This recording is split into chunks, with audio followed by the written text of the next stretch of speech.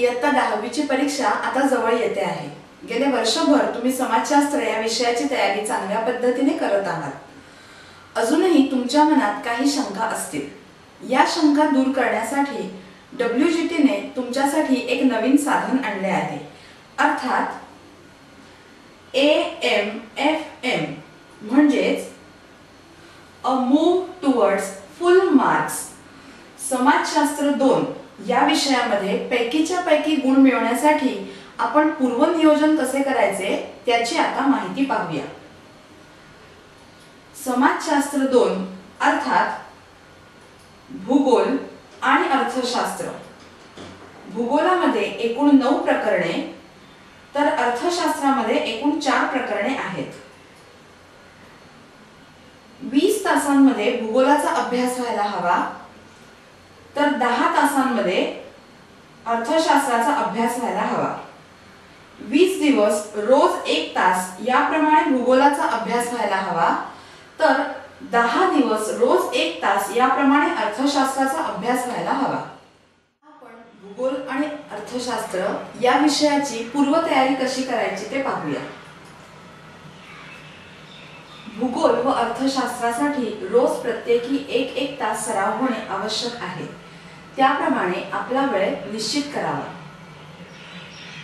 या दोन्ही विषयांमधून एकूण 20 गुणांची तयारी वस्तुनिष्ठ प्रश्नांमधून होत असते। भूगोलामध्ये धड्याप्रमाणे महत्त्वाचे शब्द, प्रदेश, विशिष्ट संज्ञा नीट लक्षात ठेवाव्या।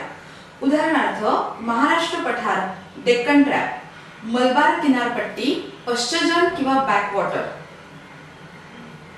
भूगोलामध्ये धडे 2, 3, 4, 7, 8 तर अर्थशास्त्रात धडे 2, 3, 4 महत्त्वाचे आहेत। प्रश्न क्रमांक 2A व प्रश्न क्रमांक 2B यासाठी गरजेप्रमाणे भारताचा स्टेन्सिल वापरावा। यासाठी भारताच्या स्टेन्सिलमध्ये विविध प्रदेश, शहरे, घटक राज्य, नद्या इत्यादी दाखवण्याचा सराव करावा। प्रश्न 3A साठी विविध सांख्यिकीय आकृत्यांचा सराव हवा। यासाठी आलेख कागदावर वापर करावा। उदाहरणार्थ रेषालेख, साधा स्तंभालेख, विभाजित आयत, विभाजित वर्तुळ।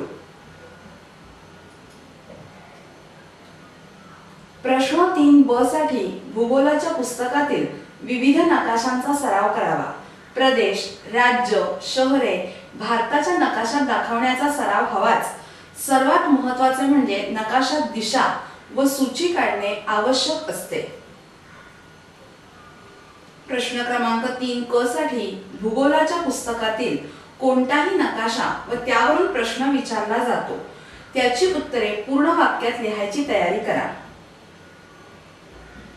प्रश्न क्रमांक 4 हा सर्वात महत्त्वाचा असतो। यामध्ये उत्तराची सुरुवात, मुख्य उत्तर, शेवट व आवश्यकतेनुसार स्टेन्सिलचा वापर करावा।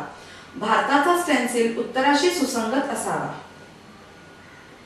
अर्थशास्त्रात प्रश्न क्रमांक 7 साठी उत्तरांचा शक्यतो लेखी सरावच अपेक्षित असतो। प्रश्न क्रमांक 4 व प्रश्न क्रमांक 7 साठी भाषा योग्य, मुद्देसूद असावी। आता आपण या 2 विषयांसाठी लक्षात ठेवण्याच्या काही टिप्स पाहणार आहोत। रिकाम्या जागा भरा। यामध्ये रिकाम्या जागी पेन्सिलने सरळ रेष मारूनच अधोरेखित करावी।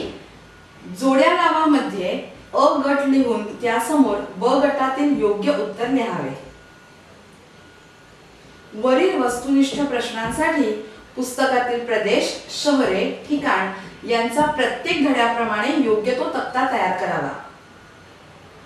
नकाशा वाचन व नकाशा भरणे यासाठी पुस्तकातून नकाशांचे निरीक्षण व सराव अवश्य करा। नकाशा व स्टेन्सिल भरणे, सांख्यिकीय आकृत्यांचा नियमित सराव ठेवा। अर्थशास्त्रासाठी धड्यांमधील आवश्यक व्याख्या पुस्तकाप्रमाणे पाठ कराव्यात। त्या व्याख्यांमधील शब्दात शक्यतो बदल करू नये। प्रश्न क्रमांक 6 साठी प्रत्येकी 2 मुद्दे उत्तरात असावेत याची काळजी घ्या। महत्त्वाचे म्हणजे भूगोलासाठी नकाशे व आकृती 2B पेन्सिलचाच वापर करावा। नकाशा व आलेखावर प्रश्न क्रमांक व आसन क्रमांक जरूर लिहावा। आता आपण पाहूया परीक्षेच्या आदल्या दिवशी या दोन विषयांची नियोजनाची पद्धत काय आहे। भूगोल आणि अर्थशास्त्र यांचा सराव करताना सुरुवात आपण अर्थशास्त्रापासून करूया। सकाळी 7 ते 8 या वेळात धडे 3, 4, 8 ते 9 धडे 1 आणि 2। 15 मिनिटांच्या विश्रांतीनंतर आपण भूगोल पाहूया। धडा 2 सकाळी 9:15 ते 10, धडे 3, 4 सकाळी 10 ते 11:30, धडे 7 आणि 8 सकाळी 11:30 ते 1:30। दुपारच्या जेवणानंतर आपण धडा 5 पाहणार आहोत 2 ते 2:45। धडा 6 दुपारी 2:45 ते 3:45। 15 मिनिटांच्या विश्रांतीनंतर आता आपण धडा 1 ची तयारी करतो दुपारी 4 ते 5। थोडा वेळ रिलॅक्स व्हा, डोळे, डोकं व मन शांत ठेवा। आता संध्याकाळी 6 ते 8 या वेळात आलेख, नकाशे, सांख्यिकीय आकृत्यांचा सराव करा। रात्री 8 ते 9 रिकाम्या जागा, जोड्या लावा, अर्थशास्त्राच्या व्याख्या यांची उजळणी करा। परीक्षेच्या दिवशी सकाळी पूर्वतयारी करताना 7 ते 8 या वेळात सर्व वस्तुनिष्ठ प्रश्न आणि आकृत्यांची उजळणी करा। सकाळी 8 ते 9 भूगोल व अर्थशास्त्र मोठ्या प्रश्नांची उजळणी करा। पेपरला जाताना तुमच्या सोबत हे साहित्य जरूर ठेवा। पेन, पेन्सिल, योग्य पेन्सिलसह कंपास, पट्टी, रबर, कोनमापक, भारताचा स्टेन्सिल हे सारे साहित्य उत्तम स्थितीतील असावे।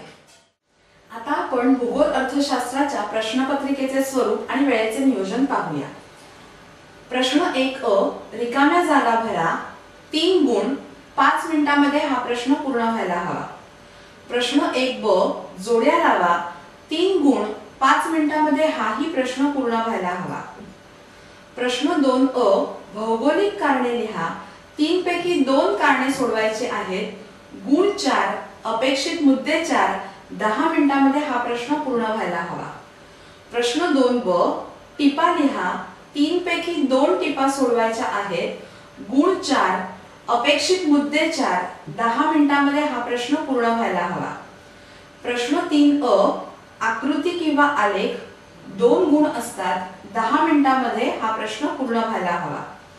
प्रश्न 3 नकाशा वाचन 2 गुण असतात, 5 मिनिटांमध्ये हा प्रश्न पूर्ण व्हायला हवा। प्रश्न 3 नकाशा भरणे 4 पैकी 2 घटक नकाशात भरायचे असतात, गुण 2, 5 मिनिटांमध्ये हाही प्रश्न पूर्ण व्हायला हवा।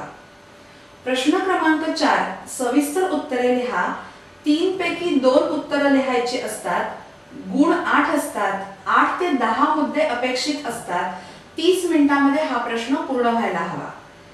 एकूण 80 मिनिटांमध्ये भूगोलाची प्रश्नपत्रिका पूर्ण व्हायला हवी।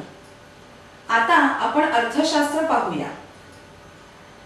प्रश्न क्रमांक 5 रिकाम्या जागा भरा, गुण 3, वेळ 5 मिनिटांमध्ये पूर्ण व्हायला हवा। प्रश्न 6 1 ते 2 वाक्यात उत्तरे लिहा, 5 पैकी 3 प्रश्न सोडवायचे असतात, गुण 6 असतात, मुद्दे 2 अपेक्षित असतात, 10 मिनिटांमध्ये हा प्रश्न पूर्ण व्हायला हवा। प्रश्न 7 5 ते 6 वाक्यात उत्तरे लिहा, 2 पैकी 1 प्रश्न सोडवायचा असतो, गुण 4 असतात, 4 ते 6 मुद्दे यात अपेक्षित असतात, 10 मिनिटांमध्ये हा प्रश्न पूर्ण व्हायला हवा। अर्थशास्त्राचा पेपर 25 मिनिटांमध्ये पूर्ण व्हायला हवा। या वेळेनुसार तुमची प्रश्नपत्रिका अंदाजे 1 तास 45 मिनिटात सोडवून पूर्ण होते। उर्वरित 15 मिनिटांमध्ये तुम्ही मुख्य उत्तरपत्रिका, पुरवणी पत्रिका दोऱ्याने नीट बांधली आहे की नाही, उत्तरपत्रिकेवर लिहिलेली माहिती नीट आहे की नाही या गोष्टी तपासू शकता। महत्त्वाचे म्हणजे उत्तरपत्रिकेवर कुठेही आपले स्वतःचे नाव अथवा कोणतेही शुभचिन्ह काढू नका। आत्मविश्वासाने अभ्यास करा आणि विचारपूर्वक उत्तरे लिहा। आता सर्वात महत्त्वाचे म्हणजे तुम्हा सर्वांना परीक्षेसाठी ऑल द बेस्ट।